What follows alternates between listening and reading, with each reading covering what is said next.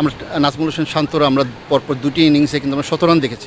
That means Bangladesh cricket এগিয়ে যাচ্ছে। Diet কেমন হবে, বাসায় ফিলে কী খাবে আছে।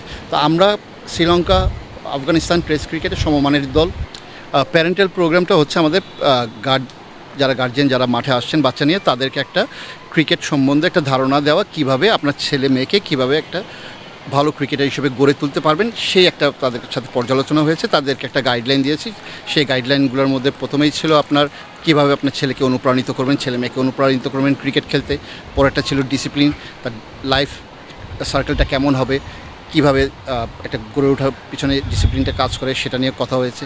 ক্রিকেট এডুকেশনের মধ্যে কী লেখাপড়ার পাশাপাশি আপনি বাসায় যখন যাবে ছেলেকে খেলার বিষয় নিয়ে কেমন প্রশ্ন করবেন, তাকে কিভাবে উজ্জীবিত করবেন, এই ধরনের কিছু প্রশ্ন ছিল।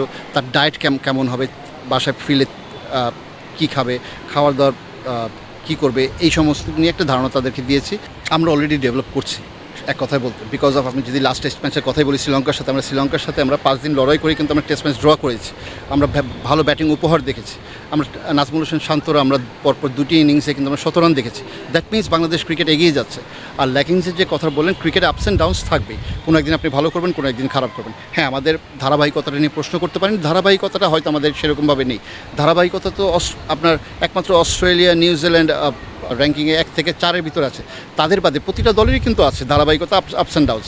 আপনি শ্রীলঙ্কারই দেখেন, আপস অ্যান্ড ডাউনস আছে।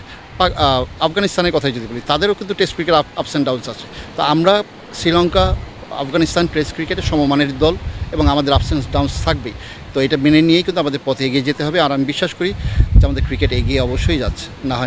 না হয় মুশফিকুর রহিমের মতো আমরা ব্যাটসম্যান যার 3টি ডবল সেঞ্চুরি আছে। তো এগুলোই আমাদের লক্ষণ যে আমরা টেস্ট ক্রিকেট এগিয়ে যাচ্ছে।